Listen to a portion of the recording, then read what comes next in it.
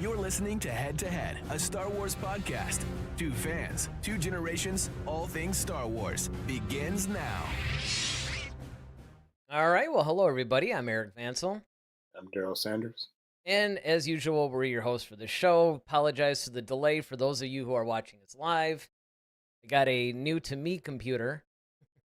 It was working fine before, but there's still some bugs that unfortunately you can only work out if you go live. So here we are. But at least we're here. That's good.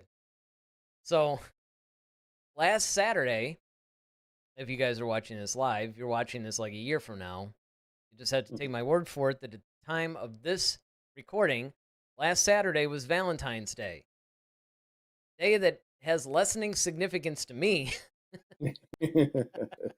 since currently I don't have anybody right now.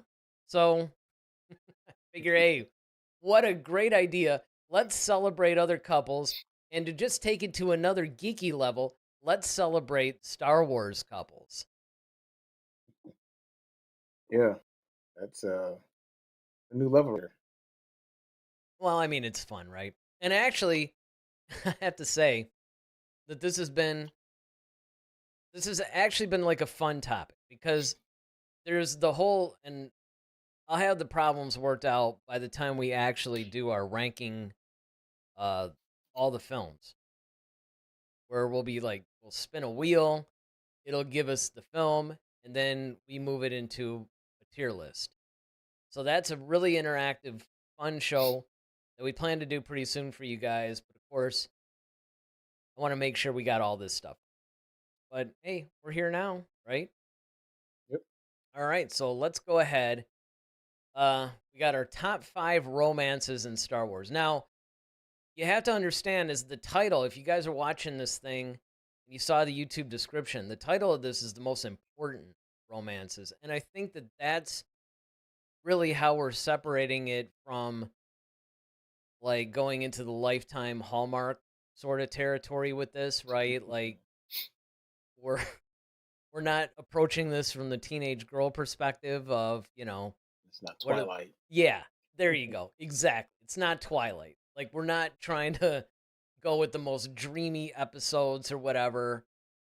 Nothing like that, right? So I mean, from that standpoint, I think that it's important for everybody to understand that what we're actually talking about here are the most important romances. And I think that that's a really important distinction to make because what we're talking about are things that actually affected the world around the couples themselves, like each of the characters, some of the events. I mean, kind of like the most important, like what had the widest reaching effects as far as that goes. I mean, do you think that's a pretty fair way of putting it? Yeah, I mean, it's essentially, it's important to the saga, to the story.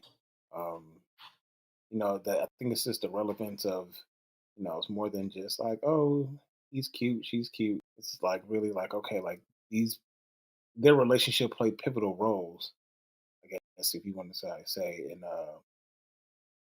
in the in evolving story of Star Wars. So yeah. Yeah. And of course, Ted combines them and says it's Starlight.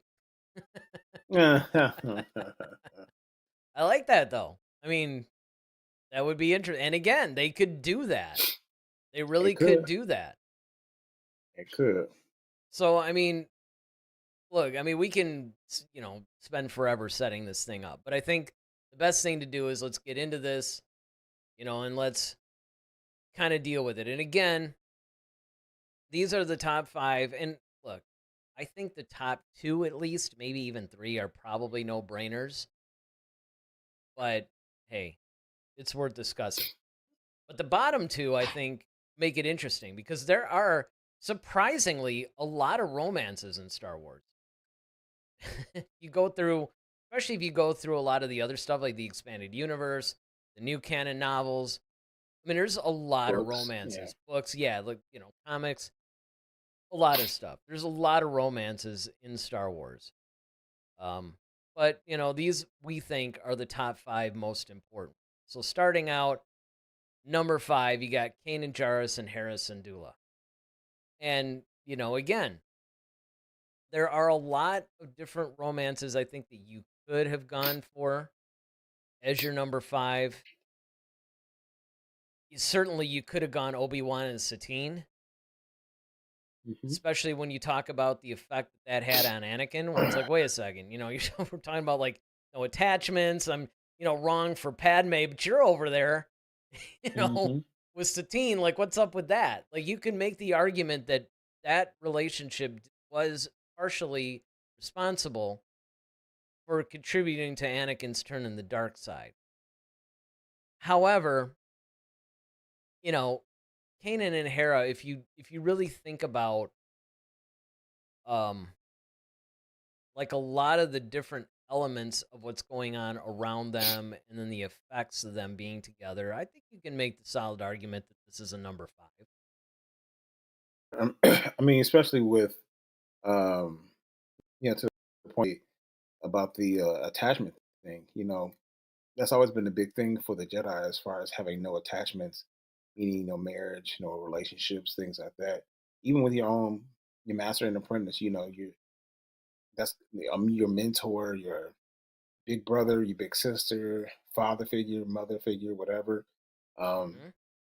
they always shun you away with forming too close of an attachment with someone, because again, it causes you to um, it may cause you to skew your mission to do what's right because of your attachment.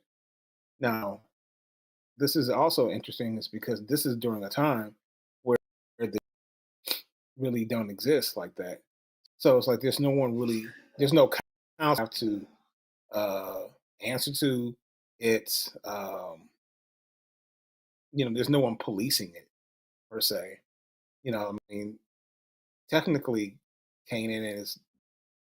I mean, he becomes a Jedi Knight, but um, his whole thing is it's kind of like they're kind of like left to kind of their own devices, so to speak. I mean, even though he knows the law per se, I mean, the Jedi Order is longer, so does it even matter? So that's what makes this whole relationship even that much more interesting.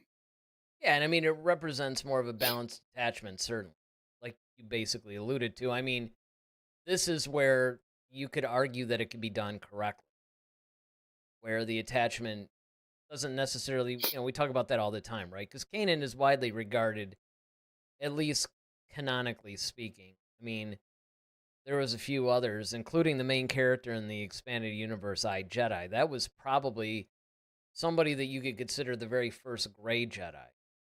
But, Hmm. you know, he he's pretty much doing it right.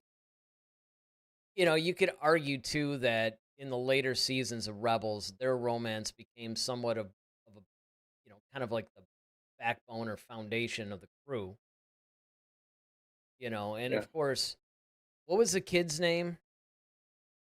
They had a kid. Uh, was it Jason. Jason? Jason, yes, with the C. Jason? He's Yeah. kind of like Jason Yep. Solo. They took that Yep. from the expanded universe. But yeah, you could 100% argue that, even that's important. Because, he ends up obviously becoming a little bit more prominent in future projects as well. So, I think that, look, you could say that, okay, like I said, certainly the first one that comes to mind is Obi-Wan and Satine. We almost could have made this a tie because you could Mhm. say that that's in a lot of ways equally important. Now, Ted Well, says it's also how you handle it too. that's Um, exactly, you because how they handle their relationship. Because Obi-Wan and Satine, they actually handled their relationship well, as far as like how far they allowed themselves to go, especially publicly. They kind of kept the main thing. Like, look, I'm a Jedi. You're a Duchess. Look, I will do what I can to help you, but like you do understand, like I'm not at your beck and call. I can't just right. always drop whatever I'm doing to help you, because I mean, really, I'm not supposed to anyway. I think it's supposed to be entertaining this, to be honest with you. But I think the way that they actually handle it, same way with Hera and Kanan, is that although they were very affectionate with each other, and they were on each other all the time, and people obviously knew their relationship, they still found spaces to not let that come between the main thing, what they were trying to do. So I think that's a very pivotal thing for since we're talking about the importance of the relationship. Very much so. So I don't want to keep this comment up here forever. Ted says, "So glad number 5 made the list. This might be the only good relationship on the list." Yeah. Yeah, there's there probably is some truth to that. I mean, certainly you could say the healthiest for Yeah. sure. Absolutely. All right, so moving on to number 4, the number 4 most important romance in Star Wars is Han Solo and Kira.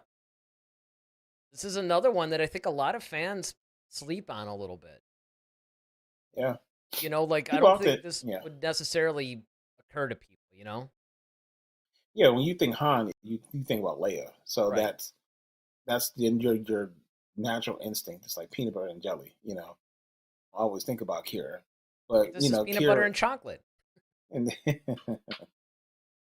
well hell little Nutella. But but yeah, I think their relationship is really was really cool, especially like just how determined Han was trying to get back to her, and you know that was his kind of his driving force for the better part of the Solo film, and then when Kira pops up and then she's like on the other side, and it's kind of like, oh crap, now what? Like what do I do? Um, it created an interesting dynamic because they were so dependent upon each other that now they learned how to not be dependent on each other, and they kind of got used to it, and now they're around each other again. So it's like, okay, they're different people in a way, even though they're the same, they're kind of different, especially Kira. Yeah, and I mean, I think it's really interesting too when you look at the arc between where they both begin when we meet them in Hmm. Solo and then where they both end up. Right. I mean, arguably she had greatest growth, Yep. by the end of the movie, but he actually did too. And then of course, part of his growth was just, she cared about him and she was trying to shield him in a lot of ways from what she was doing, but it's like, look, if you keep insist on, sticking your nose in this, I can't there's only so much I could do for you. Hmm. Especially with what's his name, Dryden. It's Drayden Voss. yeah, it's like, well, she tried to keep him off the radar, but he kept sticking his nose in. And of course, he was with Beckett the whole time. And then there was just a lot of varying situations, I think, that demonstrated growth in all the characters. I mean, you definitely saw a nice little story arc with Beckett. You saw one with Han. You saw one with Kira. And of course, Han, of course, we already knew, right? We've been living with that character since 1977. Kira became a very interesting and dynamic character right away, and as a result, became an instant fan favorite. And I think that that's something that can't be ignored either. I mean, she's just somebody who's amazing. And here's the thing that's funny: we've been equally living with the Han and Leia relationship for about as long, and yet when Kira comes in, it's like, oh, well, I want to see more of this. Well, yeah, we also kind of see why Han eventually has the attitude that he has. When by this meet Leia, it's because like this is the precursor to that. As Yes. far as giving his heart to someone, Hmm. trusting and just having those feelings. Han is kind of like, sort of arrogant, kind of or a jerk towards Leia, you know, because he's been hurt before So Right. he's like, He was okay, you naive, know, and in that yeah, naivete, he got majorly hurt. And I just think that this is a relationship that a lot of Star Wars fans don't really pay a whole lot of attention to, and it does get overshadowed, obviously, by the Han and Leia relationship. hmm But yet, there's a lot there. I mean, honestly, and this is somewhat of a divergence, but I honestly believe that there's more to the whole Kira character. Even if they made a prequel to Solo and you had Beckett and all those people in there, I mean, there was so much richness, I think, character wise in Solo that a lot of people don't, I don't know, for whatever reason, because it was pretty much like a fun little adventure. And also, I mean, let's face it, it suffered from the fact that there was a huge backlash against The Last Jedi. And, I mean, it was unfairly, it was, the whole thing where everybody makes a joke like, ooh, too soon? Yeah, that was right. too soon. Solo should have been, in my opinion, the December release, and then maybe do the Rise of Skywalker either the following May or whatever. But honestly, and again, had The Last Jedi been received with open arms, maybe that wouldn't be a necessary conversation. But, I just think that unfortunately, because of two things. Number one, there wasn't a whole lot of marketing. And secondly, there was just such a vitriolic backlash against The Last Jedi that, Solo just suffered from it. And it's too bad because besides being a fun little adventure thing, I mean, if you want more from your Star Wars, there's more in there. There's hmm a lot more in there that you can glean. And Especially at the certainly, War of the Bounty Hunters. Yeah, especially if you go well, that yeah, route. right, right. I mean, the fact that they were able to take that little part of the universe and continue it on into something that was very compelling. And again, the Kira character, I've been saying this, well, ever since that movie came out, that I would love to see more of that. And it looks like it's tough to say. Maybe, I'm sure Grandmaster would tell us if I don't know if he's watching this live or if he ends up catching it, afterwards. But it would be nice if in Maul Shadow Lord, if we got a little bit of Kira in there.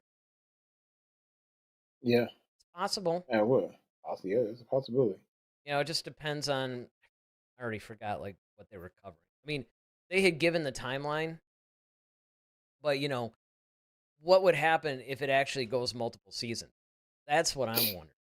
And if it does, I would really like to see more of the Kira character, and I would love to see all that. And again, when you frame it in the importance of the Han Solo thing, right? Because that's what we're talking about. We're talking about the top five most important romances in Star Wars. What is it that makes this one important? What makes it important is the fact that, and you alluded to it, well, you didn't just allude to it, you basically said it, right? That a lot of Han's naivete and his growth was as a direct result of the fact that for pretty much the whole movie, all he wanted to do was get back to Kira. And when he reconnected with her, he thought, okay, great, cool, we'll just go run away and whatever. And then come to find out that's not exactly the case. And then of course he got hurt, and like you said, it basically majorly shaped who he was or who he became. Yeah, it kind of reminds me of I get it. It's a weird comparison. Well, hey, at least you're warning us, right? I mean, you're not Right, just throwing it out there. You're saying, listen, guys, right. just It's it's a little, I won't say out there, but just walk with me. If you saw the movie Hook, it kind of reminds me of like when Williams is Peter Manning, like he's trying to find his kids like the whole time, and but at the same, in order to do that, he has to become Peter Pan. And eventually, Captain Hook kind of, no pun intended, gets his hooks into his kids, some of his kids, and they kind of turn on him, and they like, especially his son Jack. He was like, "Oh, well, you were never there for me. You would never, you didn't do this." He's like, "Oh, well, come on, Jack, let's go home." He's like, "Well, you are home." Reminds me of that, like just how Han had this plan in his head about what life would be like with her. Then he sees her again, and she's completely this other person now, and he's just kind of like, "Oh, this is different." And we're on opposite sides of this thing now, and she still has feelings for him. She still loves him because she's like you said, she's trying to protect him. But he keeps being Han and sticking his nose and stuff, and so it it comes down to a point where you have a choice. And that was the cool thing about this, and this is what kind of gives Han that edge that we all love in 1977. It's because of this relationship. Yeah, 100%. And in fact, I was very happy to see that towards the end of the movie, he started to give us a little bit of a taste of that Han Solo that we all know and love. That it just didn't end with like, okay, well, you're going to be hurt and, credit roll. I mean, When I start crying and whining about it. yeah. And then, of course, it picks it up later because I think it was important that they actually show that, not in an unnatural way. I mean, you don't want to basically sacrifice the story and everything just to cram a little bit of fan service in there. But again, and this is why I say, I mean, honestly, this could have been higher, except for the fact that the top three have to be the top three. Yeah, I exactly. mean, there's just no way Yeah, around that. You know, it's 100%. it's based on the strength of the top three that pushes us to four. But at the same time, I just I don't really think that their importance can be understated. I think that's the best way. All right, you got anything else to add before we go to number three? That was rope. All right, look at you saying nope. Let's just do it. Let's roll it. All right. Roll it again. number number three, most important romance in Star Wars. Again, before I reveal it, I'm not trying to be dramatic here, but I do want to remind Eh, people this isn't our favorite romances. Although I guess you could argue. I mean, we could easily make that I mean, list for me too. yeah, these are all of them. No pun Yeah, intended. and I would think that this is one of those rare times that the story and just subjective favorite or whatever pretty much aligns. But of course, with the number three, you have this,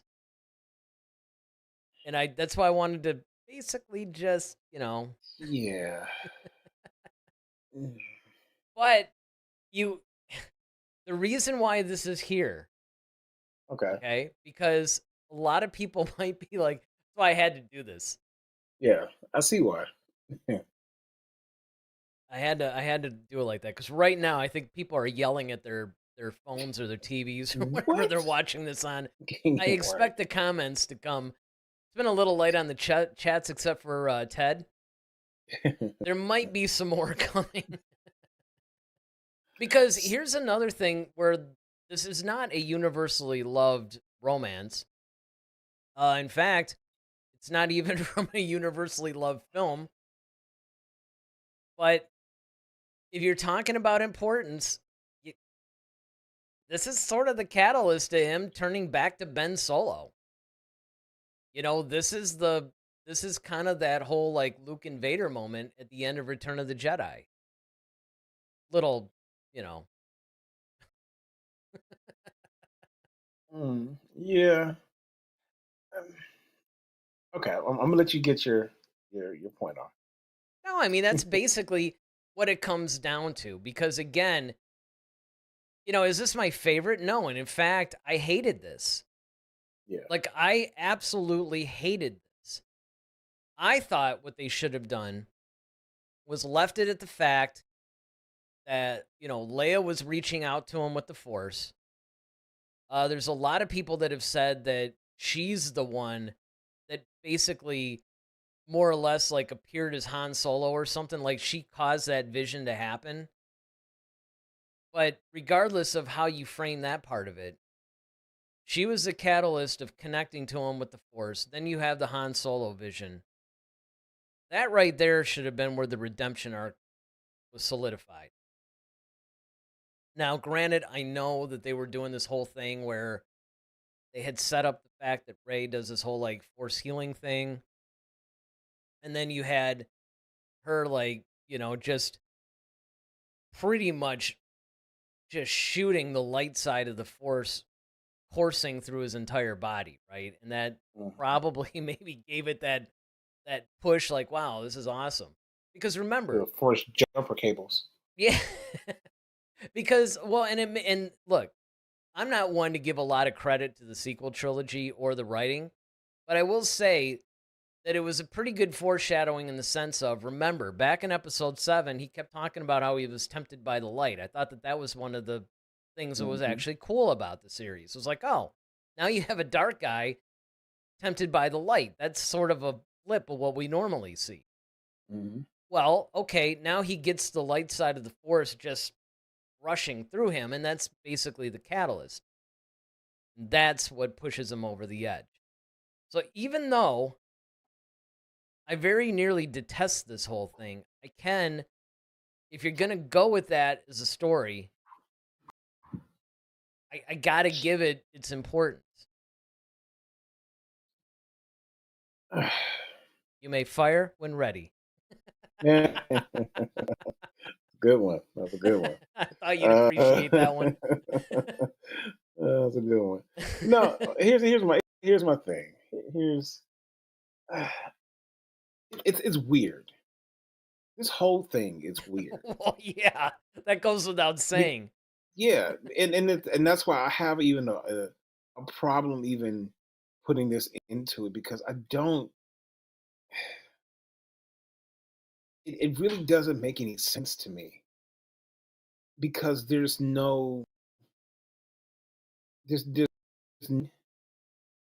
grounding their relationship, right? Outside, okay, they have what do they call it? A You talking about the dyad? biopsy, the dyad in the forest, right? Okay, so you got you got Ben Solo, turns him, he's wrecking shop. This is all that she's known pretty much is that this is who he is now. She feels like, oh, yeah, he can turn to the dark side. I guess they tried to hint that there was some attraction there when she's like, can you like put on a shirt or something? Like, Yeah, again, okay, bad writing, but it is yeah. what it is. But my thing, like, if you want to make them attracted to each other, make them attracted to each other. Don't do this whole like we get one little moment and then it's gone and nothing else is done with it. And then all of a sudden you want to see that, like, okay, now that she heals him, and I thought the, the mechanism that they used to turn him back to the light, to turn him back to the light side, I think that was very creative, and I think that was very good writing, in my opinion. If you're going, 'cause, like, how do you get someone like him back there? Mhm. So the way that they did it, and the fact that she used the force to basically imbue him with the light side and um, heal him. And it's kind of a way where it's like, okay, look, despite the tyrant that you've been, despite the chin, the cruelness, like, I'm still going to heal you. I'm still going to save you because you're worth saving. Like, that's a beautiful moment, right? Yep.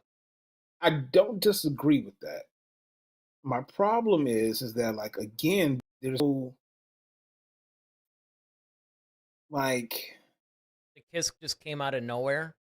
yeah, it's just like, oh, like, Yeah. see her doing that with Finn. I don't know, I could maybe see she just maybe like even was Poe. imagining him shirtless in that moment and just, saw him in a weakened state and made her move.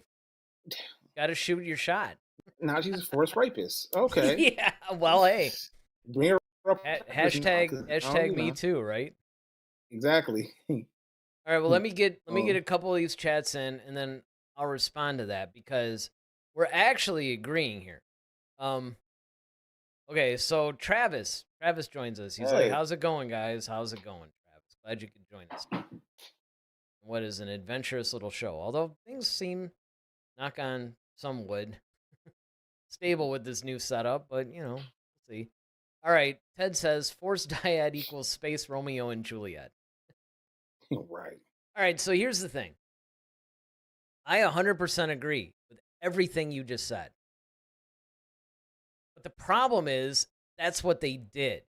See, this is where I'm coming from. Where I'm coming from is if Not they what should had have been, but what they actually right, did. not what should have been, because what you're talking about is what they should have done or the mistakes they made in the writing and things like that. And I 100% agree. Actually, you're right.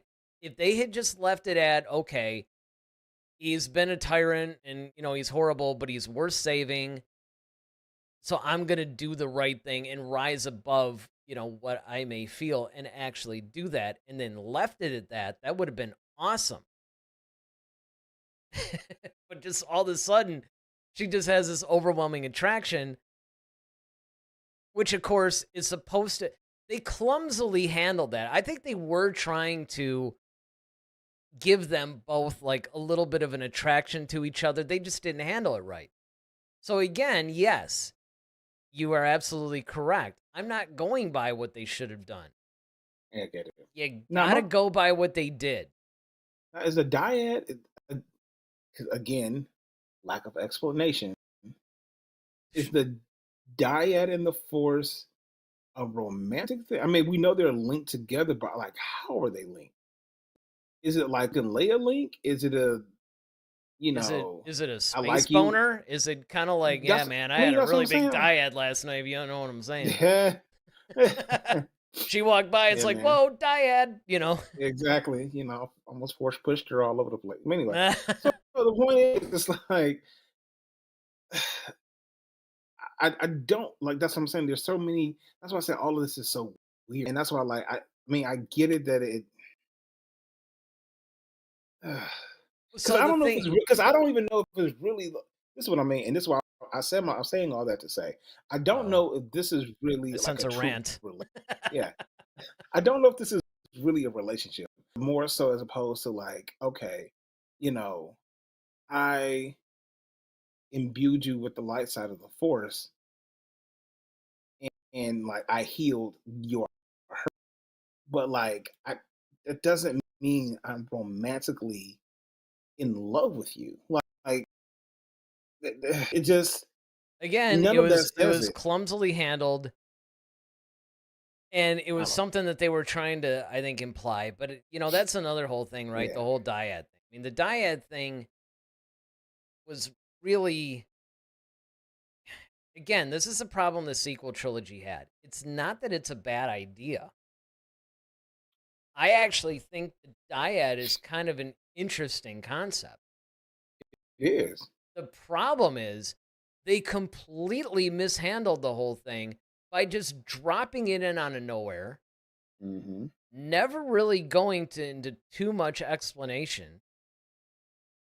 And then what made it even worse was you had the other characters who understood it when we did.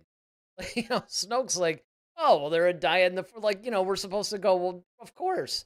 Even though that's never really come up in the entire franchise. It's like, okay, the Force healing you could get behind because number one, we have had examples. And even if this is the first appearance of it, pretend it was never in like, I remember if it was Clone Wars or Rebels. It was one of them where they did it. Pretend that it was never actually used to a degree, even in the expanded universe.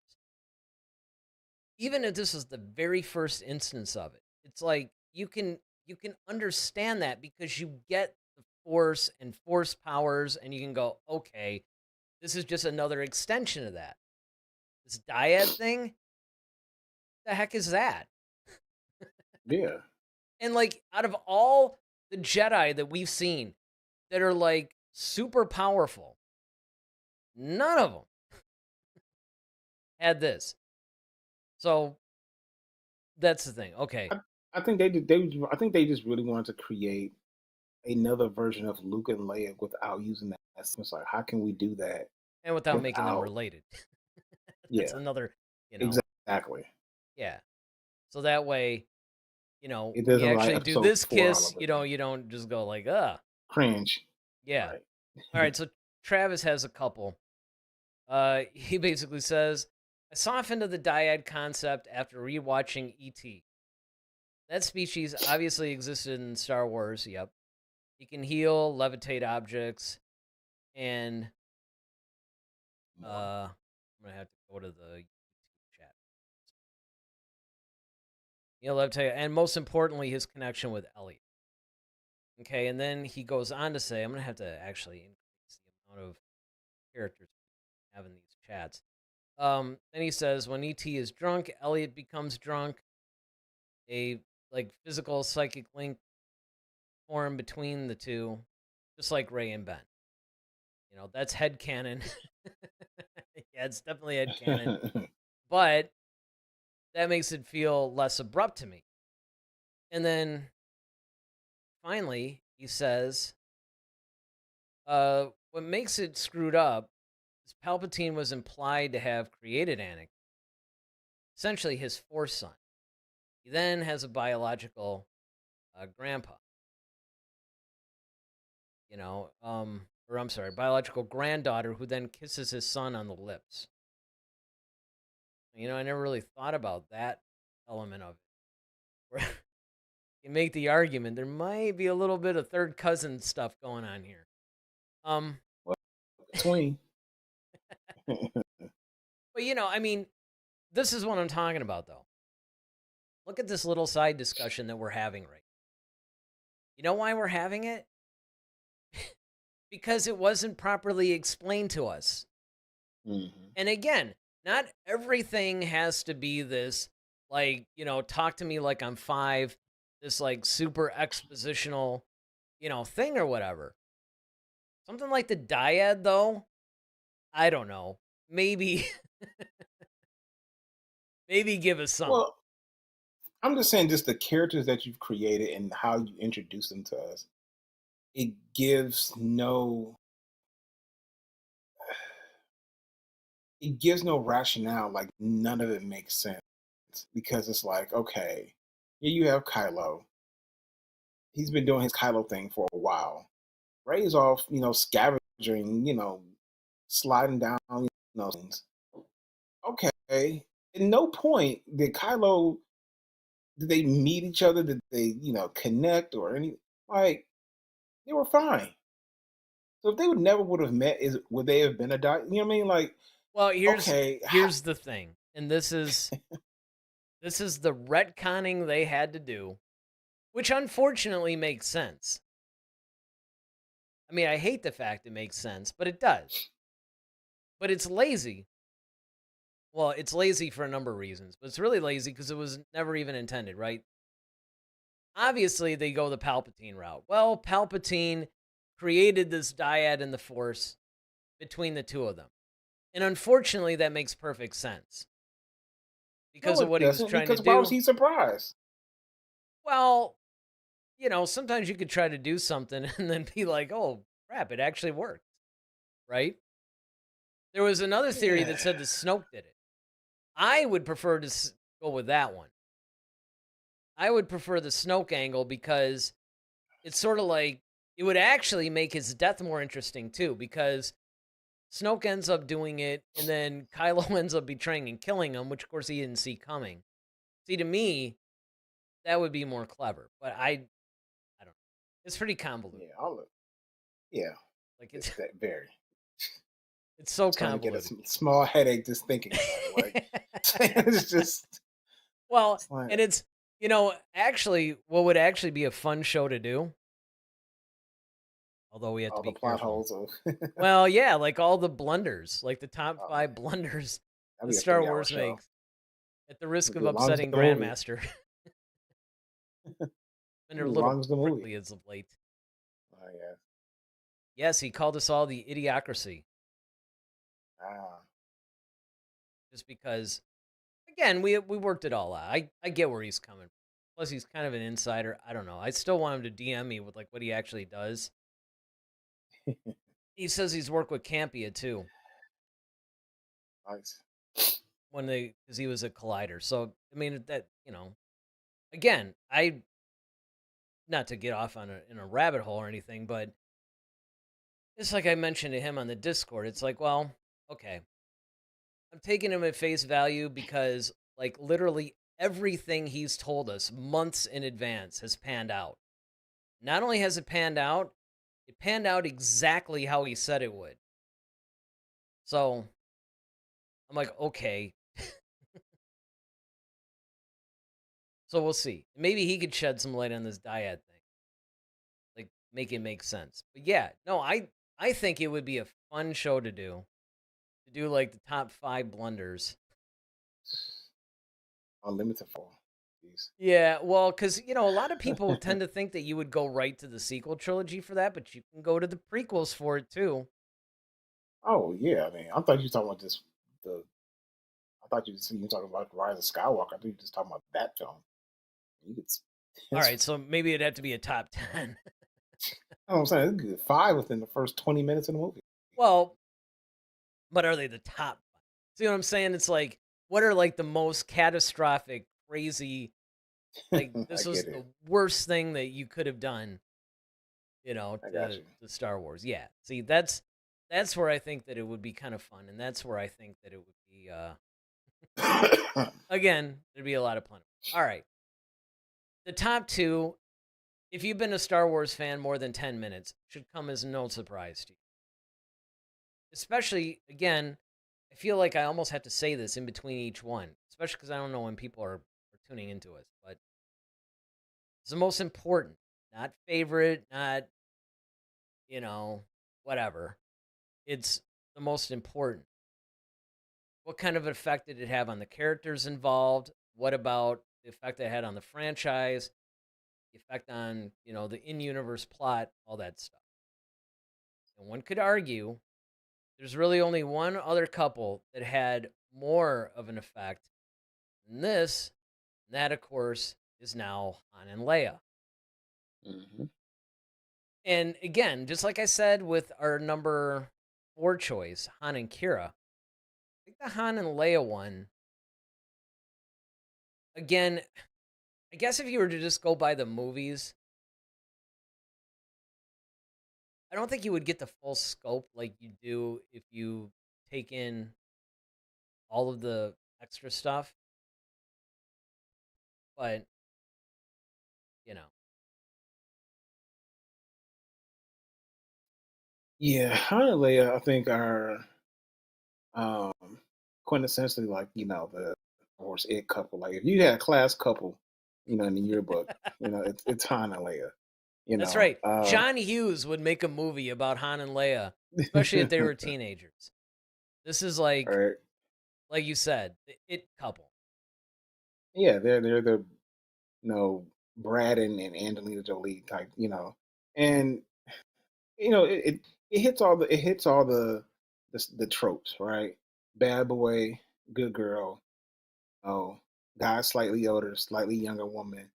You know, um, I mean, they had a real affair in real life, I was so gonna so like say he was life basically nailing her in imitates. real life, but I mean, so life imitates art here. yeah. Um, but I think what made this relationship cool.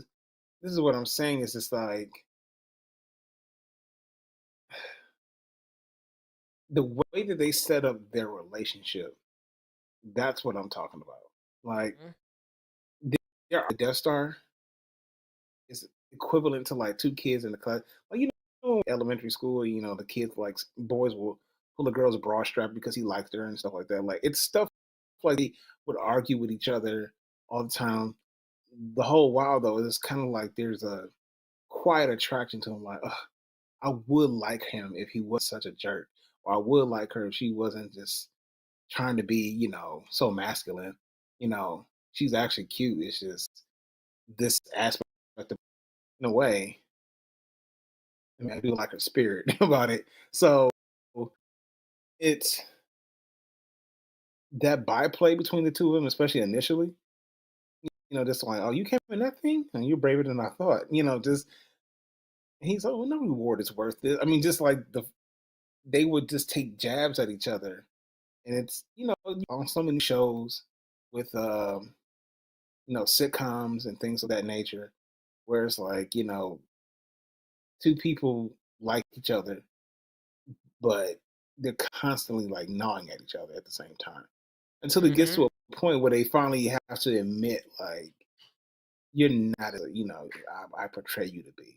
You're actually really cool. You're actually, and that was the beautiful thing about Empire was that you know, like, oh, you could use a good kill. That whole argument in the hallway, Oh yeah. perfect. And then you get to this moment here on the Falcon where it's just kind of like they both recognize the moment, and then on top of that, of course, obviously, the China is a whole lot stronger to the point where Han is getting jealous now because he thinks that she's got a thing for Luke, and she's like, no, no, because Hans probably still remembers that whole kiss that she laid on Luke back in the in episode 4, in the doctor's office. That was actually an Empire. Oh yeah, right, right, right, Empire. That's right. Thank you. Yep. After the Wampa attack. After Wampa, yep. So, well, yeah. So you Well, have that. and again, I mean, this is one of those romances when you talk about, obviously the galaxy wide thing. We see that in that effect. But when you look at the characters, I mean, this thing was set up, as you've been talking about, perfectly. You get a little bit of that, back and forth in episode 4 Hmm. to where there's an initial, like, they initially couldn't stand each other, but they started to somewhat grudgingly respect each other and have a little bit of an attraction. Of course, you see that at the end, like you said, when, Han's like, I don't know, you think a princess and a guy like me looks, no. Yeah. And then he kind of got a kick out of that because he knew that he was into her, that Luke was into her. Of course, this Right. was before we found out that, Yeah. that He notwithstanding. just being a brother. He just being a big brother and There you not go. wanting some scoundrel trying to talk to his sister. That's all. I like that one. That makes it less nasty. Now, in Empire, Exactly. though, in Empire, this is where you get that shift. Mhm. And the way that they actually handled it in Empire was perfect. Part of what makes it, my opinion, like almost a perfect film. You have a little bit of that continuation from episode 4 in the beginning in Hoth. Mhm. But as time goes on, the attraction gets stronger. Now, by the end of the movie, when they're on Bespin, you know, she's all like worried about him. He gets tortured. She's like taking care of him. They're a little bit more, open about their love for each other than, of course, the infamous "I love you, I know" thing. I mean, Mhm. there's just a lot of that, and then of course it picks up again in Return of the Jedi, where they're fully into each other, and I just love the dynamic between the two of them. And I was really hoping to see more of that in the sequel trilogy. Actually, I didn't hate the one thing I did not hate about the sequel trilogy. I didn't totally hate the fact that they had Han going back to what he knew because, he was just freaking out about being this, hero of the rebellion and finding his place in the New Republic and all that. I mean, the Han Solo novel, The Last Shot, which is a new canon novel, it's not an expanded universe. That really goes in depth into that whole thing. I highly recommend that book if you haven't read it. But just what we got, I mean, that actually, from a story perspective, even though my preferred one obviously is the expanded universe version, I was actually okay with what they did because it did make sense.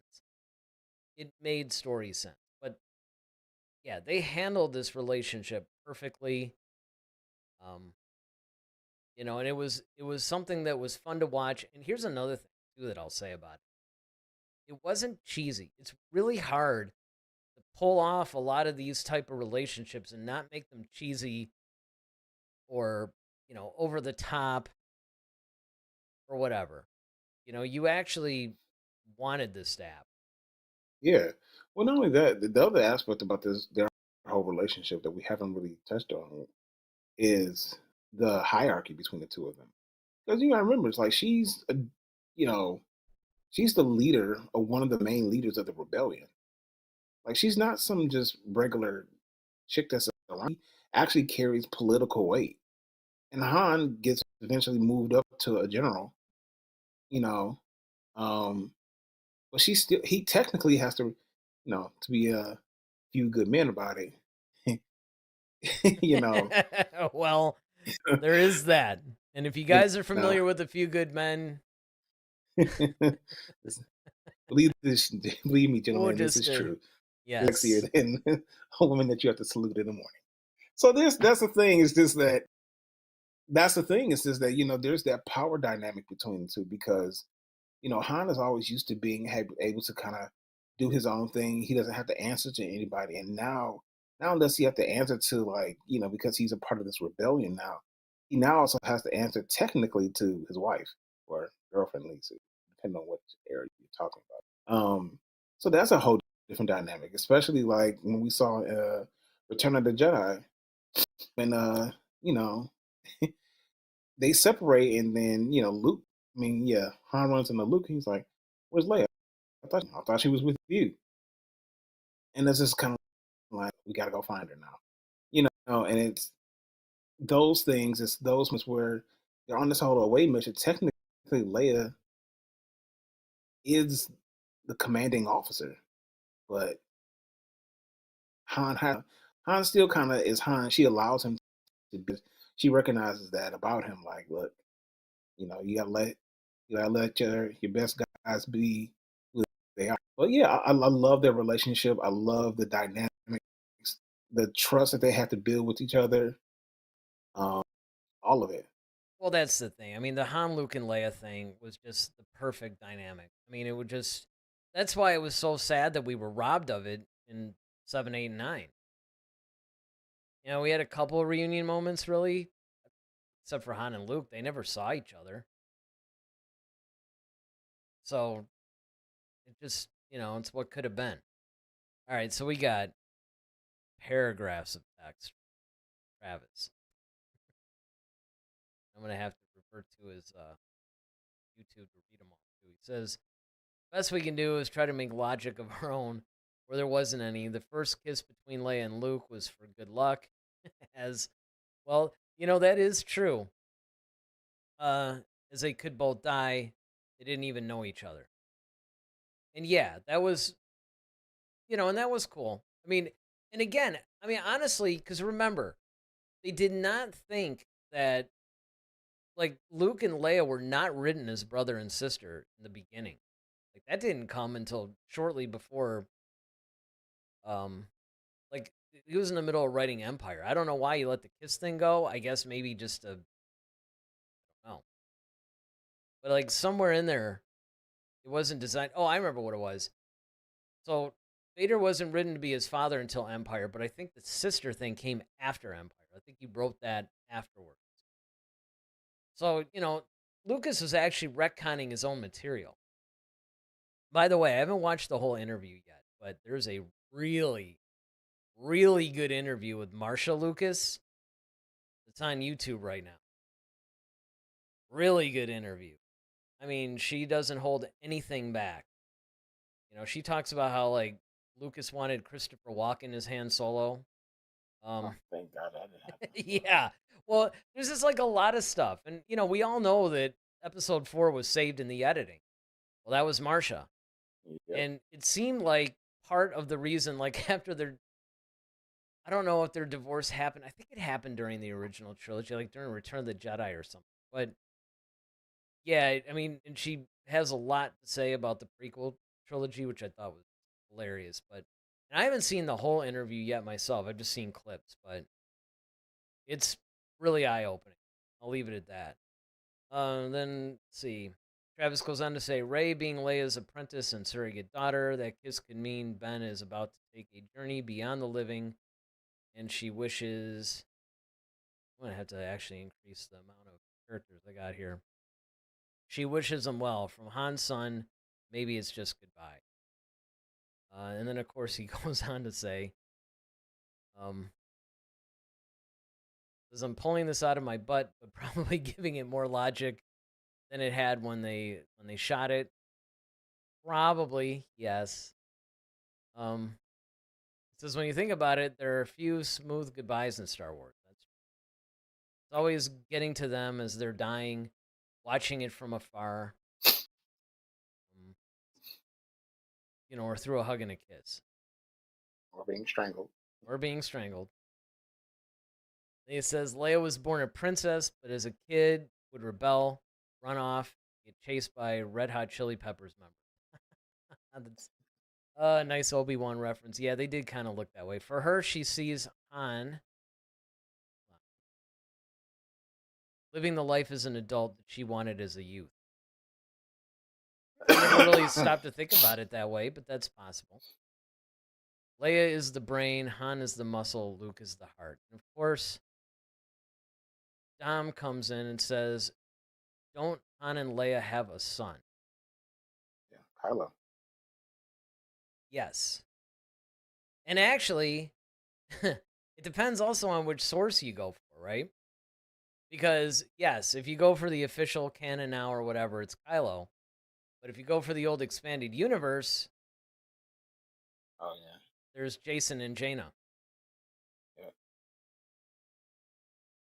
And then Travis is like, I'm down here writing Stephen King novels in the chat. Yeah, you're actually responsible for me now for the next show. I'm going to make sure that I have enough characters for you, man.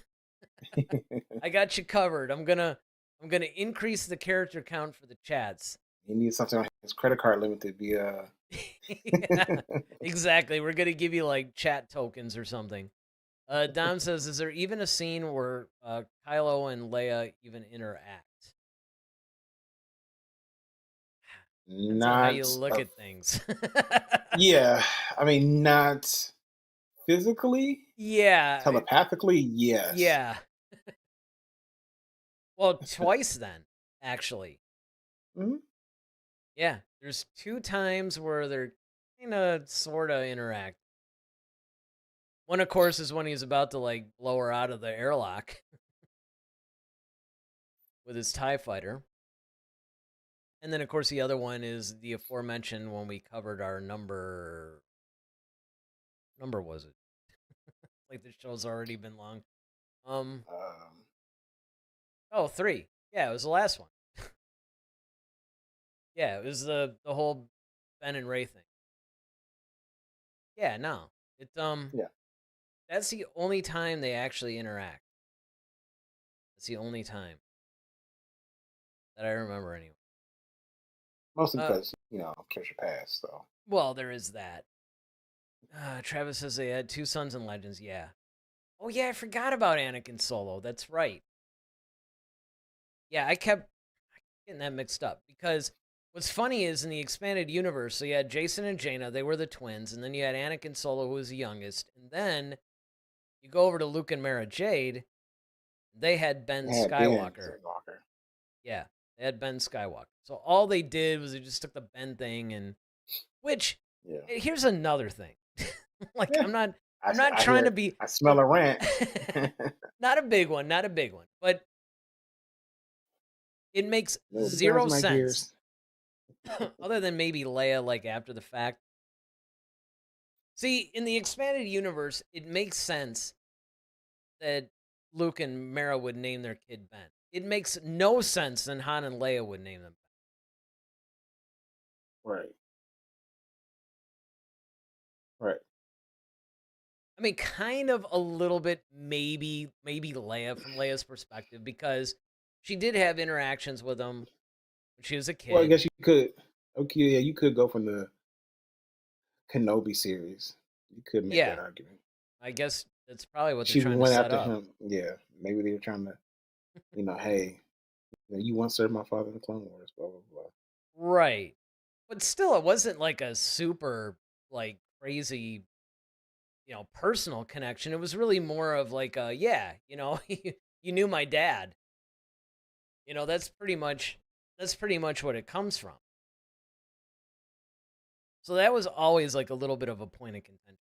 But much like a lot of things, I let it go. All right. The number 1. Numero uno. Numero uno. Look, again, I'm not going to do like some crazy setup. This should come as a surprise to absolutely nobody unless you are just mildly or vaguely familiar with Star Wars. But the number one, and again, I'm going to keep hammering this home because our viewer count actually has gone up quite a bit. So I feel like I need to keep explaining this. This is the most, just like it says below our little boxes here, it's the most important romance. Not necessarily favorite, even though you can argue most of these are probably my favorite, but there's some in the expanded universe or new canon that I think are actually cool. Or like, you know what? One of them, it wasn't important per se, but if I were going for favorite, one of them would be Quinlan Voss and Asajj Ventress. Mhm. That would totally be up there. And anybody that read Dark Disciple would probably be all about that. But okay, number one, no surprise to anybody. L3 and Lando. Yeah. Oh. Man, I should have actually put that in there. Yes, L3 and Lando. You know what? It would be even funnier if we just like played along and really tried to make the case. I mean, you could almost, right? Because Oh her, boy. Here we well, okay, go. hold on. Before we get to this, let me just say this. Her love for Lando did cause her to put her brain into the Millennium Falcon, which Yeah. played a huge role.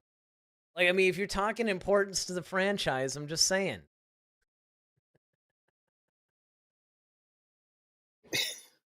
Hey, you got to give me It's points for that it's one. That was.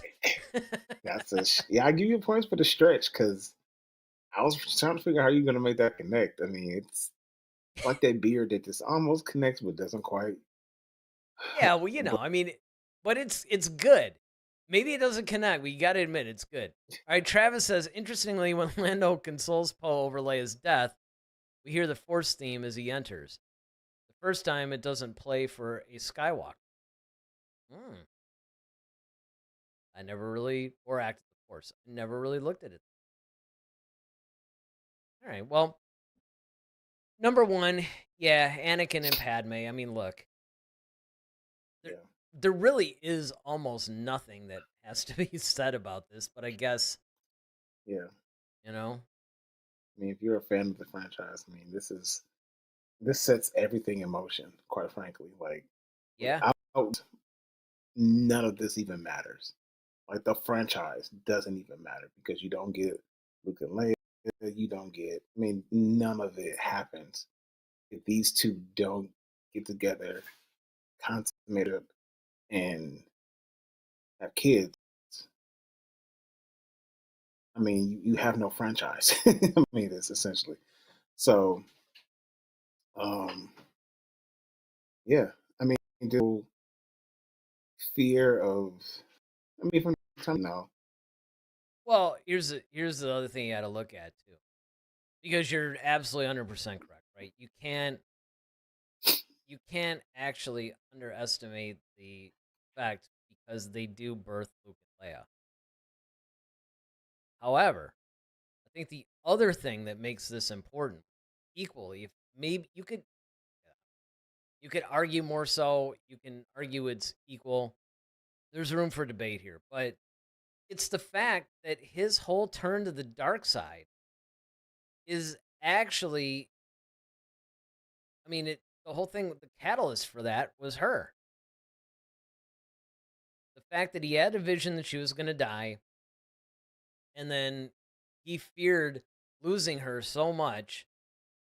Palpatine knew that that was a way to get to him. It got to him. So you could say that not only wouldn't we have Luke and Leia, we wouldn't have Vader. Now, granted, Anakin was kind of a hothead. I mean, I'm sure that if it wasn't her, it could have been somebody else. But I think that you can definitely make the argument that this romance actually gave you something positive and something negative. yeah.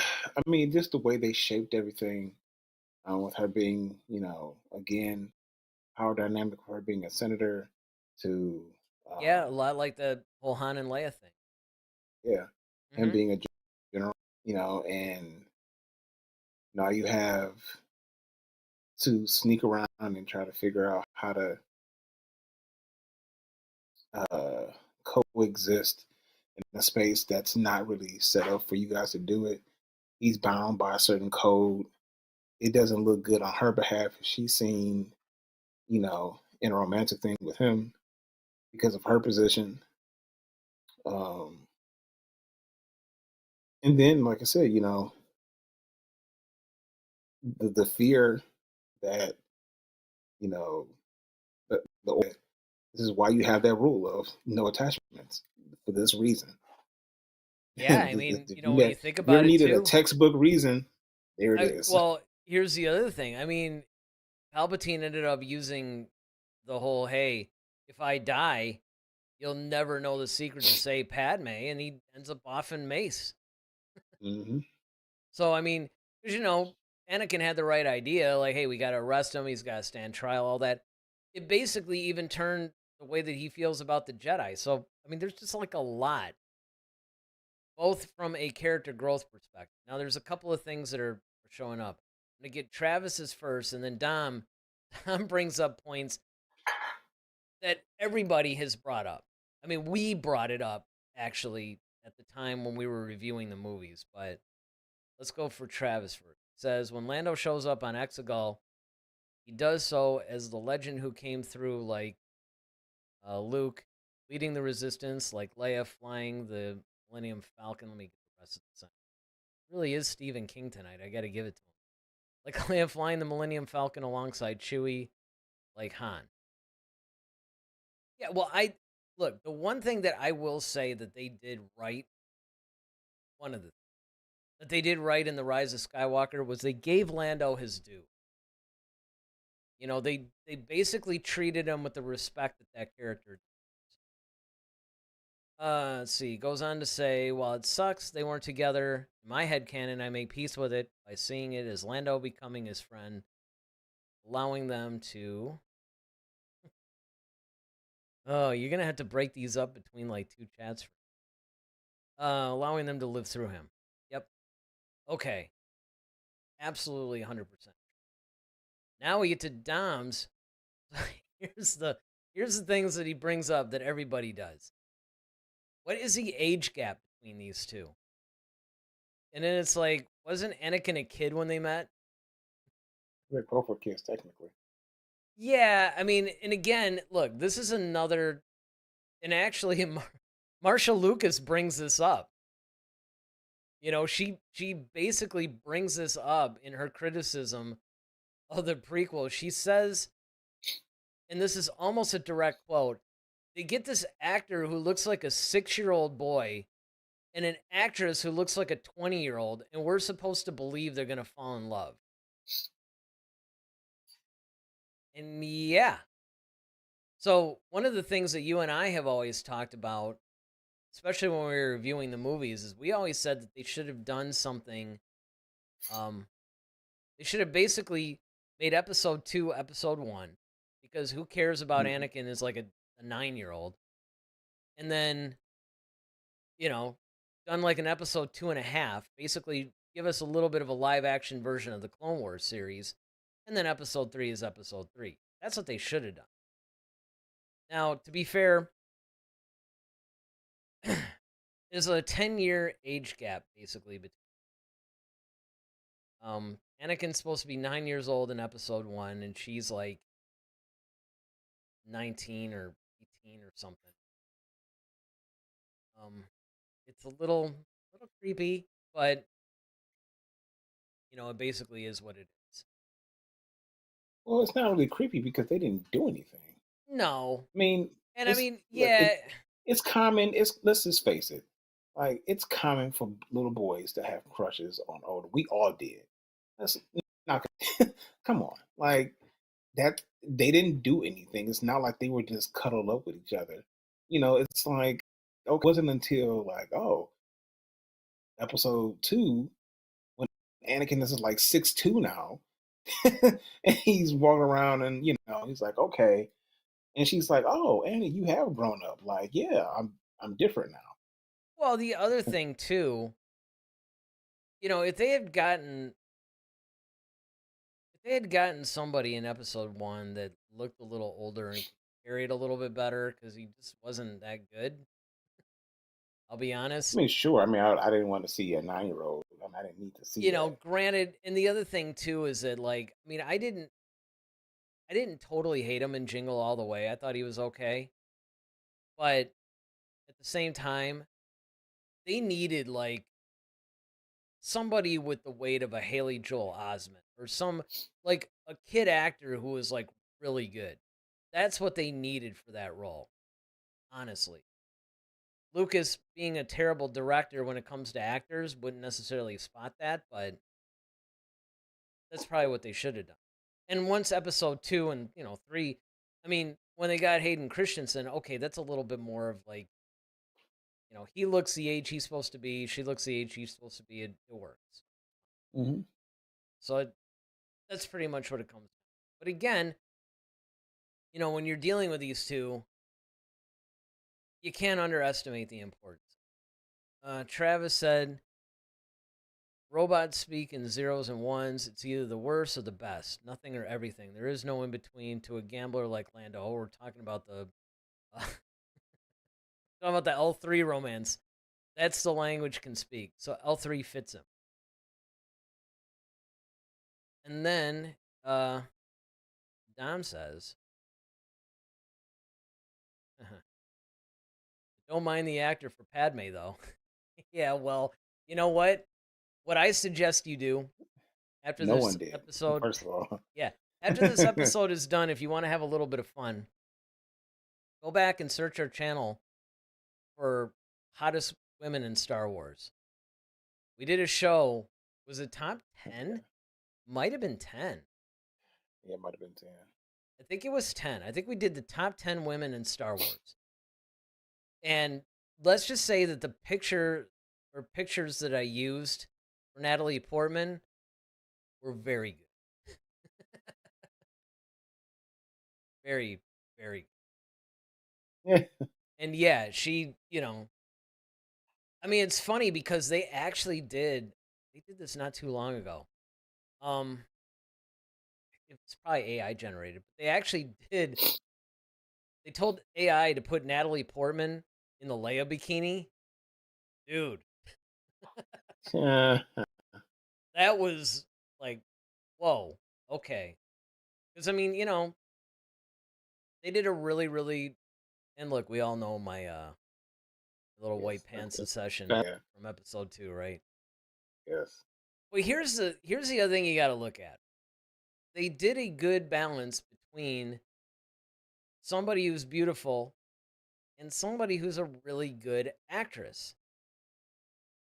With Liam Neeson, they got somebody in the role who looks and fits all the qualifications, but who's a really good actor. Alec Guinness, same thing, right? Ian McDermott, James Earl Jones, even with his voice act. The problem, even with Hayden Christensen, he just, I mean, I would say he was more adequate for the role, but I still think that if they had gone with somebody better, it would have elevated everything. I didn't hate him.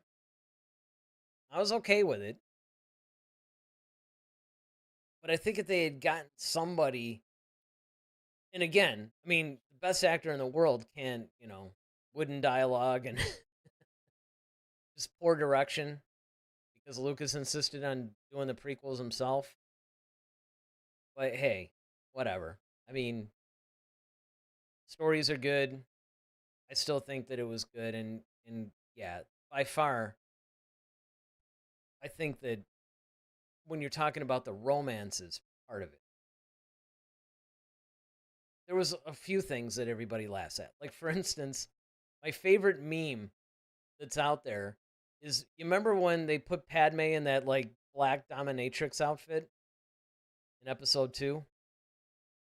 They basically said, You know, you have, the woman's like turning him down, but wearing that. Like, oh, we can't be together or whatever, but yet I'm going to wear like the sexiest thing that I own. I mean, the Yeah. way that the meme like shows it and then words it is priceless. I got to send that to you. It's hilarious. I'll put it in the Discord too. And it's awesome. Because again, I mean, there's a lot of, as much as we could say that the Anakin and Padme relationship was the most important romance in Star Wars, and as much as we could say that yes, there were a lot of good elements about it, there were a lot of areas where it was written well and everything else. There's also areas where it falls apart.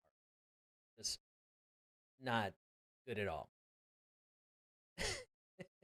Absolutely. Yeah. I mean, you know, Anakin and Padme, they had, um, I think the Clone Wars honestly like showed the animated series was a really good Yes. connective tissue to show the growth and the development of those characters. Like I remember uh there's this whole thing where like Padme had to go on this mission about investment bankers with Clovis, and there's like an old friend of hers, and Anakin didn't trust him, and so there's this whole like, just showing that the Anakin being jealous, um, Padme having to trust him, all those different nuances to make their relationship, to what it, eventually Hmm. became. That's what made the whole, scene when he's like, even in the book, Revenge of the Sith, it was hinted that Anakin believed that Padme was cheating on him with Obi-Wan, and that she was setting him up or what have you. And that's why he forced like that whole scene in the movie where he's like, he's like, let her go, Anakin. You know, like, you brought him here to kill. Like that whole scene, just if you read the book, it's based upon the fact that he thought that Padme was cheating. So there's a whole lot of nuance to their relationship. Um, Even when it came to Ahsoka, Anakin's Padawan, you had different people buffering between the two of them, and Yeah, no, I mean, all of that is completely accurate, valid, the whole thing. I think what basically to sum up a lot of what you're saying is that there's a lot of complexity in their relationship that people just don't necessarily see at first glance. And I think that Mhm. that's an important thing that you have to look at. And again, the Clone Wars was an excellent example of how the relationship was done well. But then again, you had Filoni in on the animation, you had voice actors who really could act. Mhm. Lucas is writing it, and he's fine with writing. He's just bad at directing. So Dom says, this is what I was laughing at earlier. He says, "What about Jar Jar Binks' romance?" Misa There never was wanted to see that, but wasn't there? act. There Yeah, he was one, actually had right? one. Yeah. Yeah. What was it in? Was it in Clone Wars? Clone Wars. Clone Wars Yeah. is when one of the Night Sisters was she was trying to steal the Force from these uh it had like it kind of had like a Indiana Jones vibe, like Temple of Doom to it, where Jar Jar had to go with Mace to this one planet, and the Queen specifically asked for Jar Jar because they have a romantic relationship. And she waited till she cleared everybody out of the room, and then she hugged him and was kissing all over him. It was weird. These It chats are was killing me. weird. Yeah, no. I mean, I remember. Well, first of all, it was very strange to see like anything with Mace and Jar Jar. What a pairing that was. Yeah, he was so irritated. So irritating.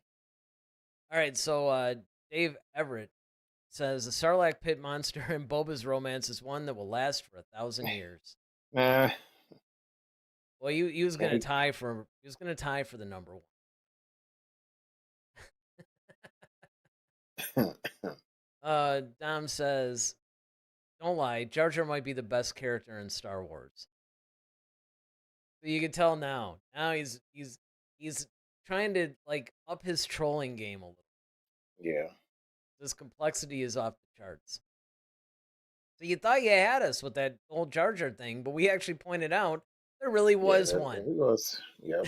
So you have to do better than that. I like the Boba Fett and the Sarlacc monster. That one's good too. All right, well, that sums it up. If you guys missed any part of this, definitely go back and watch it. It's like I thought. Had a little bit of a bumpy start because of the new stuff, but hey, this was another fun, really fun chat, I think. And again, we do intend to I'm hoping to do it on the next show, the one that we do next week, where we're going to rank all the movies. Dom, you're going to definitely want to be in on that. Because we're going to rank them live. It's not going to be like hey, here's our ranking and we're going to present it. We're actually going to do the ranking. We got a wheel that we're going to spin. It's got all the movies on it. Wherever the wheel lands, okay, that's the movie that we're going to rank.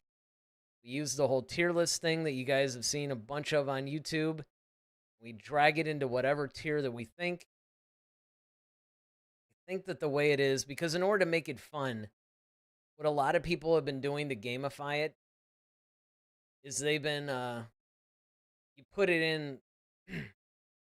Like maybe you do like 3 or 4 in S tier, or a couple in A or whatever. Like you do it evenly. So you have to put, how many ever number of movies in each tier. So that should be a lot of fun. I mean, I have a feeling, there's a couple that are obvious.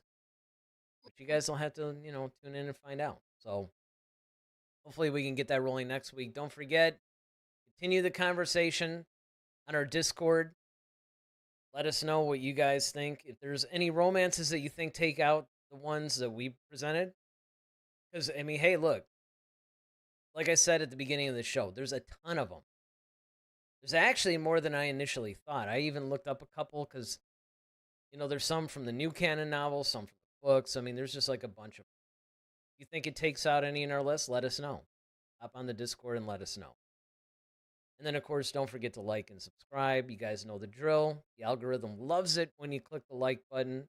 Loves it when you click the subscribe button. Do yourself a favor. Hit the notification bell so you know when we're going live. All right? Is that going to be it for the good of the order? For the order. All right. Well, with that, I'm Eric Vansel. I'm Daryl Sanders. May the Force be with you. Always. Head to Head, a Star Wars podcast. Be sure to follow us on Twitter @HeadToHeadSW. Submit your questions for our next show. Visit our official website at headtoheadswpodcast.com. Until next time, may the Force be with you, always.